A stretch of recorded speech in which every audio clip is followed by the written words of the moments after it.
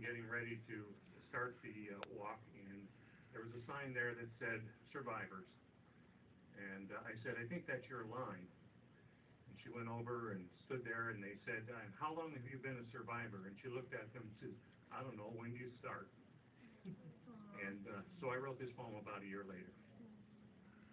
When does a man become a pianist? Is it when he has mastered all the etudes and Liszt, Rachmaninoff, and Chopin just flow off his fingers? Or does mastering chopsticks suffice? When does a woman become a painter?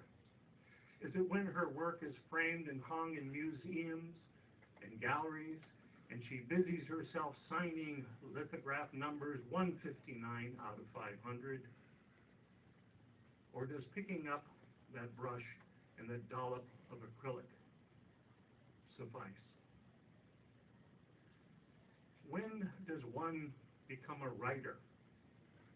Is it when the literary agent says, I'll pick up your option? Is it when the people are in line at Barnes & Noble waiting in the queue for the autographed copy, and that advance check comes out even before the first word of the second book is written? Or does putting words on a paper suffice? When do we become poets? Is it when your open mic gets a standing ovation, or your work becomes a sidebar in the Kenyon Review? Or after years of trying, you come up with that one word that paints 1,000 pictures?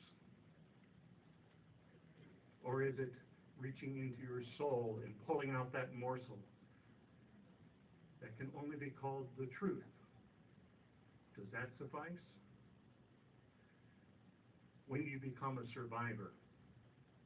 Is it when the chemo's done, the hair grows back, the CA-125 is single digit, and for over a year the doctor has been writing the name Ned on your record, no evidence of disease?